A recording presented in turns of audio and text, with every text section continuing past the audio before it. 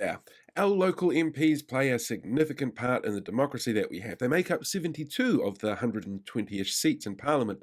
So this week we're going to be taking a look at a specific campaign through the eyes of one of our members in the public gallery. For this week's episode, I wanted to do something a little bit different. Every time we see parties go out there and try and get votes or try and promote themselves, it's about the party vote. But a huge part of our democracy are our local MPs. They make up 72 of the 120-ish seats that we have in Parliament. So they are a huge, important factor to our democracy. But on a national scale, we seldom get to see what's happening at a local level for those particular campaigns. So, this week, and for parts of other episodes that we do in the future, we'll be focusing on specific campaigns within the electorate that some of our members are in. And this week, we're looking at Hamilton West for a couple of reasons. First of all, it's a bellwether seat. Well, they say it's a bellwether seat. Under first past the post, Hamilton West generally went the same way that the government went. Under MMP, that's not quite the same. It's also the most recent new MP into Parliament, with Tama Potaka having been elected there last year during the by-election. So, has he had a chance to really make an impression? How much can you judge somebody on job performance when they haven't even been there a year yet? One of the other reasons that I really wanted to look into this one is because we've got two gallery members from within the area. So if we have a look at it through Kelli's perspective, which is what we're doing this week, we can get an idea now as to how the campaign's going, and then later on we'll check in with Art, who's also in that same electorate, and see what his perspective is, if it's different to Kelli's or if there's been any evolution. Because Hamilton West is a really fascinating electorate to look into. There's a lot going on there. So far, there's 5 candidates that have been announced for the area, with the top candidate having been announced just yesterday. So we're talking really, really recent updates in terms of who is running. And usually, those smaller party candidates are there to try and bolster the party vote, but sometimes they want to get in. And it's not impossible for it to happen, as we saw in Auckland Central at the last election, with Chloe Swarbrick winning that seat, making her one of the only Green MPs in many years to actually have won a seat and not get in on the party vote. It's a really fascinating electorate as well, because you've got some really interesting characters that are running. And there's some really interesting statistics and information out there that feed into the narrative that the politicians put out there or don't put out there. And because you're dealing with something on a local level, one of the elements that becomes really key that one of the big party candidates is missing is personality.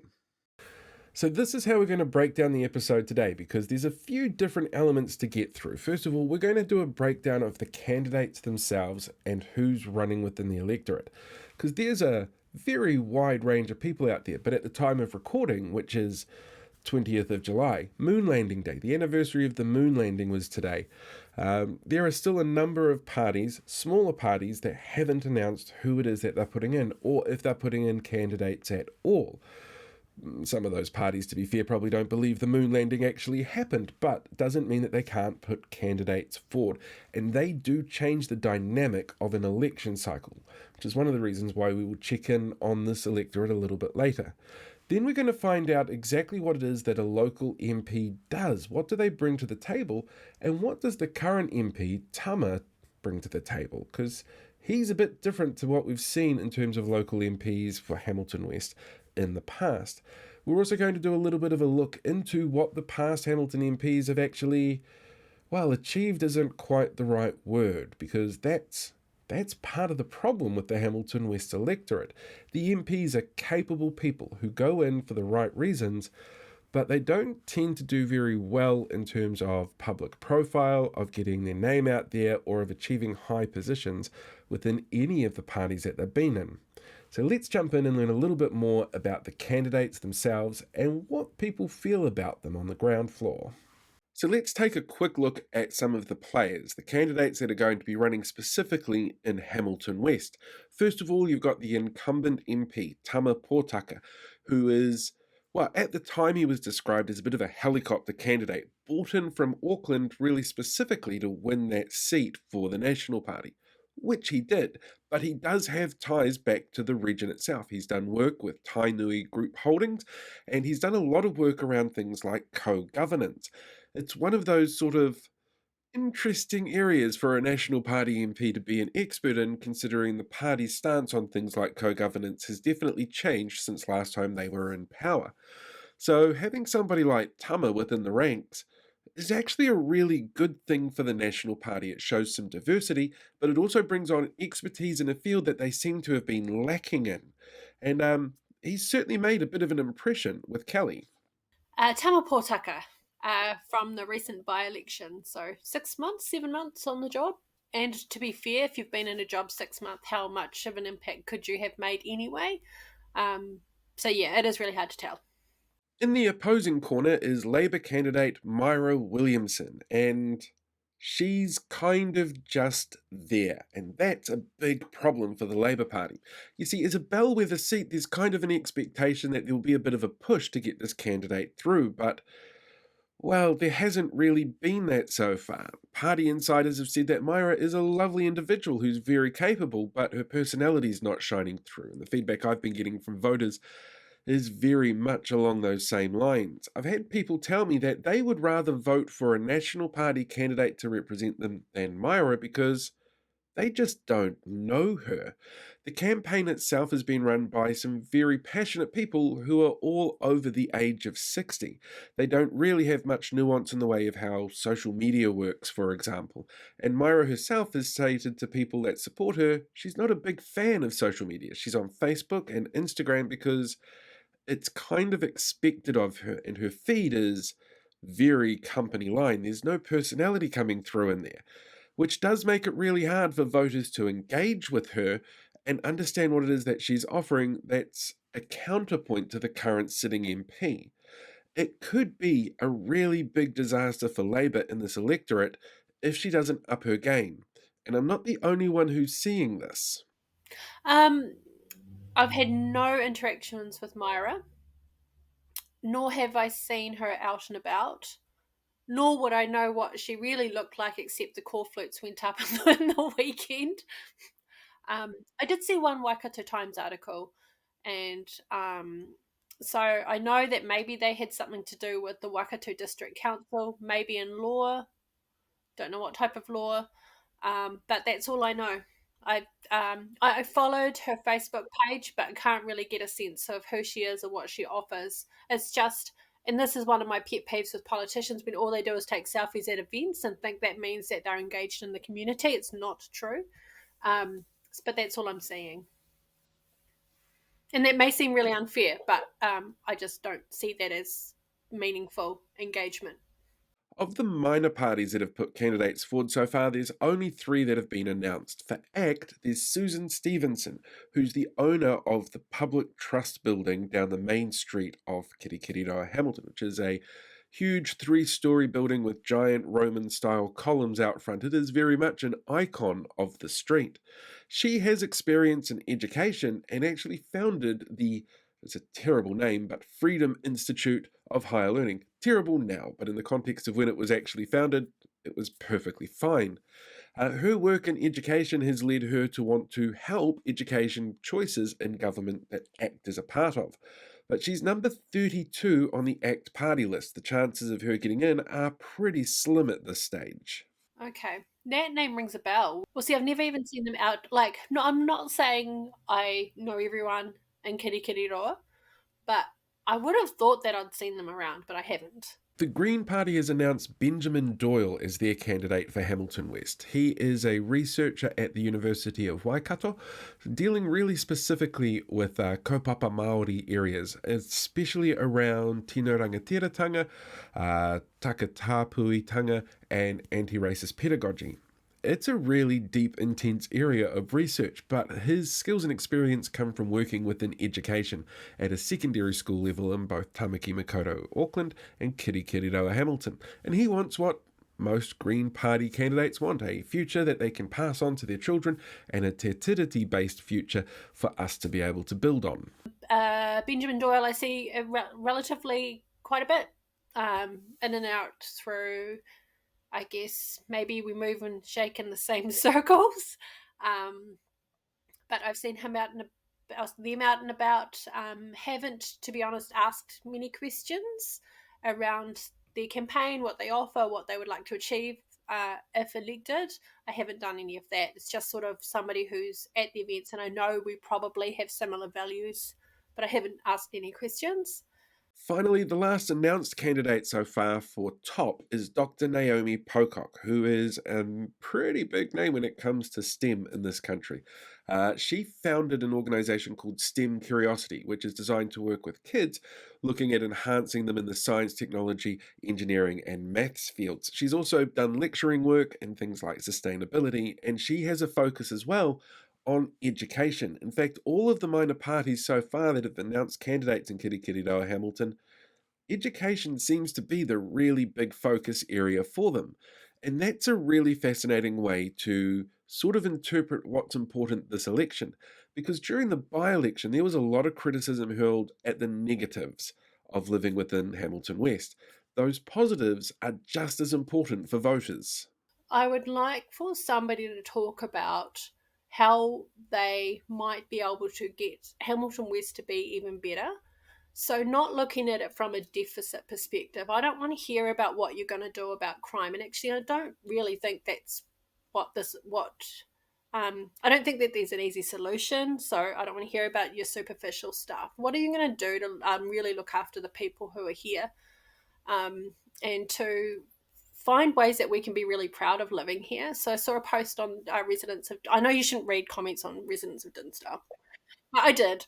And it was just a woman, and rightly so, had been to the library. There's somebody sleeping in a car down there. They've been there a long time.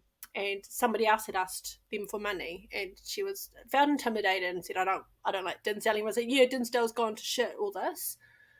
I kind of just want somebody who's going, okay, so how can we be really positive about the community that we live in? What have we got here that we can make even better so that people feel it's not just safe, but really proud of being here, and don't go, it used to be good here. So, what are they going to do so that it can actually is, and everybody feels that? That'd be nice. Like, yeah, I don't want to hear about the negative stuff from Hamilton West. Now, it's also important to note that at the time of this going out, there are still other candidates likely to be announced within the electorate, which is another one of the reasons why we will check in on the electorate again a little bit closer to election day. So, there are rumours that there are going to be announcements from candidates like Rudy Deploy for New Conservatives or Jade Tate for Vision, but those are just rumours. There is nothing confirmed about either of those candidates or any other outlier parties putting forward candidates just yet. It's likely to happen, but they're more likely to announce a little bit closer to the election time itself, possibly closer to writ day when government actually steps down. But as happens every election, these processes take time and they're different for every party. There may even be a couple of independents running, and those are always fascinating to sit down and watch. But as of the time of recording, these are the candidates who have put their names forward so far. The Hamilton West electorate itself is really diverse. It has a really interesting breakdown in terms of the facilities that are there, that include the Waikato Regional Commander Centre for the police, the largest hospital in the Southern Hemisphere, the tertiary institution with Wintec based there, a huge shopping complex out in Tarapa called The Base, which is owned by Tainui Group Holdings, as well as the city's central business district. It's got a number of suburbs, and it's usually seen as having been drawn down the line of the river as one of its borders. But in 2020, that was changed and expanded to include parts of the eastern side of the river. The population breakdown of the region is also really fascinating. 64.1% of people in the area identify themselves as European or Pākehā, and these are based on 2018 census results. 27% of the population are Maori. Only 6.4% of the population are listed as Pacifica peoples, but 16.9% of the population are Asian or of Asian descent, which means that you have a really huge diverse population there, as well as a huge diversification in terms of income. You have some incredibly high income areas. In fact, Kirikiriroa Hamilton's wealthiest individual lives within that electorate. At the same time, you've got some very low income areas as well, which causes a huge amount of change and issues sometimes around the distribution of resources within the area. So, as a bellwether seat, it covers pretty much everybody. High education, low education, high income, low income, people who work across a whole bunch of different sectors. In fact, it's the area of the country that has the most people that were paying about between $300 and $399 a week in rent, and it has the third highest population density of health workers for anywhere in the country. As a bellwether seat, it's a pretty good indicator then of what we're going to see on a nationwide scale because it acts as a microcosmos, which is one of the reasons why keeping an eye on what's going on there is a really key part of being able to see how the election campaign nationwide is going. The role of a local MP is really, well, I think a lot of people underestimate it, to be honest. It takes long hours, and it's not just going to events and representing the party. There's also a whole bunch of advocacy work that comes into it as well. They advocate for the region on a national level. They try and help individuals who need help with different government departments or different issues that the power of having an MP behind might be really useful. They can show up pretty much to any event because they get invited to so many of them, sometimes to be seen, sometimes to be lobbied, sometimes to be preached to, and sometimes to be scolded. It is a demanding role. Now, Tama is very new in that role. The election last year, well, he hasn't really had a chance to have his feet hit the ground. But Kelli has a really interesting issue around Tama in that she's kind of curious about voting for him. Now, as somebody who's openly left leaning in her policies and her politics, the idea of voting for a national candidate is a little bit daunting. But the mahi that Tama has put into things so far has kind of endeared him to Kelli and what she's looking for a local MP who can represent what she wants them to represent in Parliament. Um, Tama Potaka came into my workplace once with Sam Uffendale right after like the shit had hit the fan. So I just wasn't even remotely interested in hearing what they had to say. They were doing walkies of Frankton that day. But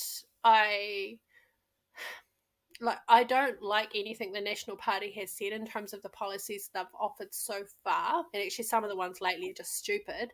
But I find myself not being able to completely dismiss Tama, which is really weird for me, and I feel super conflicted. And they attended one of our work events, um, and I don't know if impressed might be too strong, but certainly they did themselves some favors by coming and being really approachable, engaging with people who were there. And yeah, so yeah, I'm not saying I would necessarily vote, but I at the same time also can't just rule him out. There's something about what he offers that I'm interested in, and not in terms of furthering the National Party agenda, but what it might mean for leadership here in Kirikiriroa. So, for as an electorate MP, I'm interested in what that might mean. I mean, to be honest, I just don't know enough about Myra to even be interested in voting for her. Um, I often, even though my party vote has in the last couple of elections has been green, that doesn't mean that's where my electorate vote goes. And I know that often you do tick tick, but I don't do that. I try to be strategic. I don't know if it's ideally, I wish I didn't have to do it, and I wish I could vote for the person that I wanted to. But for me, it's usually I don't want that person in, so I have to vote this person. That's how I think when I go in. Um, yeah, so I'm not sure actually who I'm voting for. Um, I normally know by now, but I think I'm just trying to think of what do we need, and perhaps maybe Tama has the potential to be able to connect and bring people along who, for example, Benjamin couldn't because of the Green Party membership. So yeah, maybe I'm just trying to think of because I mean I think we're in for some big changes. I think that potentially Tama has knowledge that could help to bridge gaps, and if a whole heap of this sounds a little bit pandery, but if a whole heap of conservative old white men find it easier to relate to Tama, and that we can move things along better with Tama doing that, well then maybe that's something that we should be open to, because we do need to close gaps and reduce the division that we have at the moment, but still continue to move forward. Local MPs usually have a team there to help them do their job, to take information and queries from local constituents and to sort things out, basically make things as easy as possible for people who have really busy work schedules. So I asked Kelli really specifically if she had ever reached out to her local MP. And what happened next is actually really intriguing because she starts off with the realization that she's never had to do it, but how the local MP has acted in the past does definitely colour her choice on whether or not to vote for them coming up in this election. Well, I have to admit, I've never contacted my local MP. I don't give a shit about potholes, honestly, and I'm super surprised how worked up people get about it. So, and generally, I think that's what people contact your MP for, right? Or immigration issues. I know that's another reason I've heard people contact MPs for. So I've never needed to contact one. Um, I see them as being more of a face for I guess, a community, somebody who is out there championing the the place in the space. Um, and actually, when I say that, it means I can't vote for Tama, because actually Tama bagged Dinsdale or Hamilton West out hard out in the by-election. So maybe I like people to be a little bit more proud of where we're from and not bag it out and say there's all this crime and ram raids. Um, don't come with your problems, just come with some solutions and some positive vision for moving forward. One of the other things that I was really fascinated about with this focus on particular electorates was about MMP itself. This year actually marks the 30th anniversary of that initial referendum where MMP was chosen as our electoral process that we were going to continue using going forward. And this year there's been talk about changing it up a little bit, doing things like lowering the party threshold and changing a few laws around campaign finance. So I wanted to know what Kelli's impression was of what MMP is, how it works. Does it offer, in her opinion, better representation for her community, or is it weaken the powers that we have for our local MPs? But yeah, it's definitely interested in what he can bring to local leadership, even if I don't want national policies to get any further. Well, I thought the whole, I mean, I don't remember. I was Form 1, I think, when it happened.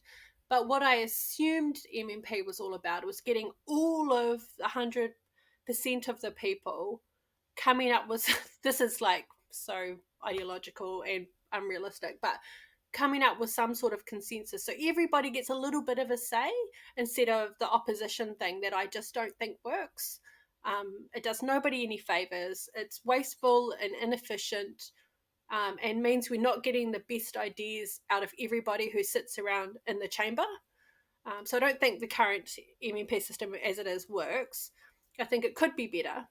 But yeah, whether or not that was so you could comfortably vote for the best person in an electorate and also a party, yeah, I don't know. I don't know what they were thinking. For me, one of the most fascinating aspects of Hamilton West is the fact that as an area, it's produced two of our three female prime ministers, but they were never MPs for that particular area. In fact, the MPs for Hamilton West, they don't generally get really big, prolific positions within party politics. In fact, a few of them have a history of being really up against the wall when it comes to their party and their party leaders. Most recently, of course, was Dr. Gaurav Sharma, who last year stepped down and caused the by-election that led to Tama being elected. But before that, the first ever MP for Hamilton West, Leslie Munro, he did not get on well with the National Party leadership at the time that he was a politician, even though he was a founding member of the National Party. And then a couple of years later, Mike Minogue, who was also National Party, had such a disastrous relationship with Robert Muldoon, who was Prime Minister at the time. Muldoon invited him to resign and he refused. The highest positions in government that any MPs have had from within the Hamilton West electorate has been junior whip. And while we've had some MPs like Trevor Mallard who have gone on to bigger things, that hasn't been while they were the MP for Hamilton West, which can be really frustrating for voters who know what the potential is for their MPs and the area that they live in. So they're really there as a problem solver they need to be well connected and know what's available in the community as well and who is in the community. And I think that comes from where I've been working in the community sector for a long time. I know that there are other sectors, I get it. But at the moment, that's the one that I exist in. And I see the power of what can happen when communities are empowered to do things. So I really would like for them to utilize and be really engaged in the community groups and organizations that exist to really that for that people power that I think is there. So I'd like to see them connected in with the community groups and um, yeah, championing people, be connected. We've never, well, as far as I can remember, we've never had a really high ranking MP. Well, actually, Sue Moroney, I lie, was, you know, but it just feels like we have kind of mediocre MPs who don't have a lot of influence in cabinet. And that would be really awesome to see somebody in Hamilton West be able to take that sort of leadership as well. Um, but of course, when they're doing that, they're not really here for the local community as such. They've become so busy with their cabinet portfolio. But yeah, it would also be nice to sort of have somebody with a bit more influence in there too. Hamilton West is a really fascinating electorate. All of the electorates that our gallery are from have really different facets to them that make them all equally fascinating. Well, to me and political nerds anyway. As a bellwether seat, there's going to be a lot of eyes on how Hamilton West goes out and votes. But this election, those factors, the factors that make it a bellwether seat, are really different. While we've still got the same core of a diverse population who have got a very diverse range of education levels, income levels, what they do for jobs, that kind of thing doesn't shift so much within the ward or within the electorate. But the candidates and the way that they're running and their connection to the community, that's what's different this time round. You've got Tama, who has been in the job for a very short amount of time. His run up to the election is really small in terms of what he can show he's achieved as an MP, but it sounds like he is making the effort and he's doing what he can to bring his own personality and his own culture into the role. But at the same time, he's got a party who is actively downplaying things like Te Ao Māori, things like Māori road signs being an issue, or issues around co-governance in which he is an expert, are getting downplayed and vilified by the party he represents. But on the opposite end of the spectrum, you've got Labour with Myra, who I'm sure is a lovely individual. I've never met her myself, but the feedback that I keep getting is she has no personality coming through online for people to connect with. And if you don't have those connections, it's really hard to win as an electorate MP because people don't know if they can trust you. They don't know if you can do what they need you to do or if you can make a difference in Parliament, which is the other factor that really comes into play in Hamilton West. They've had a lot of MPs, but how many of them have had a massive impact in Parliament? So, if you're already electioned out, how much priority do they have for you to go out and vote for them? Hamilton West will be a really interesting one to watch, and we'll check in again with it in a few weeks' time looking at Art's perspective, which is very different to Kelli's on this. So until then, enjoy the rest of the show, make sure you download other episodes, check them out, have a listen, and have yourself a great week.